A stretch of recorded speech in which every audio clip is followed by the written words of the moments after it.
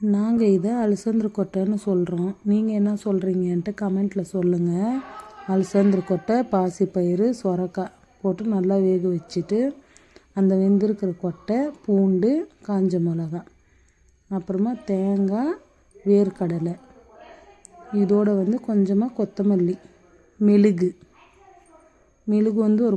ஒரு அரை ஸ்பூன், அப்புறமா தண்ணி கொஞ்சமாக ஊற்றி மிக்சியில் கொஞ்சம் நைஸாக அரைச்சிக்கோங்க. பத்தில் அதனால மறுபடியும் நான் தண்ணி ஊற்றி அரைச்சின்னுக்கிறேன். நைஸாக அரைச்சதை இது பால் குழம்பு தான் நம்ம செய்ய போகிறோம். நாங்கள் பால் குழம்புன்னு சொல்கிறோம். பால் ஊற்றி செய்ய போகிறோம். நீங்களும் செஞ்சு பாருங்கள். டேஸ்ட் சூப்பராக இருக்கும். களியோடு வச்சு சாப்பிட்றதுக்கு செம்மையாக இருக்கும். கொஞ்சம் காரம் உங்களுக்கு எவ்வளோ வேணுமோ அவ்வளோ மிளகா போட்டுக்கோங்க. காஞ்ச மிளகா நான் கொஞ்சம் கம்மியாக தான் போட்டிருக்குறேன்.